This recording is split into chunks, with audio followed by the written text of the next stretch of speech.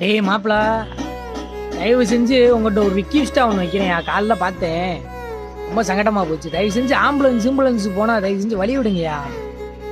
அது சும்மா கூட போகுது, சவுண்டு கேட்டால் கொஞ்சம் ஆம்புலன்ஸ் பார்த்தா வழி விடுங்க என்றைக்குமே. ஏன்டா அதில் உயிர் போது போல. ரெண்டாவது விஷயம், அதில் என்றைக்குமே யாரோ ஒருத்தவங்க உயிருக்காண்டி ஒரு போராடி இருப்பாங்க தம்பி. அது அங்கே வந்து நம்ம பகுமானத்தை காட்டக்கூடாது. அது ஓட்டிகிட்டு போகிற டிரைவருக்கு தான் தெரியும் அந்த நுணுக்கு, பாவம் அதெல்லாம்.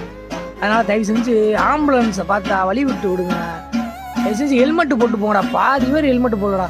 ஹெல்மெட்டு பயந்து ஓட்டுறதுக்கு பயம் இல்லாமல் ஹெல்மெட்டை போட்டு நிம்மதியாக ஓட்டலாம்யா. வெள்ளச்சட்டையை பார்த்தாவே நிப்பாட்டி போட்டீங்க.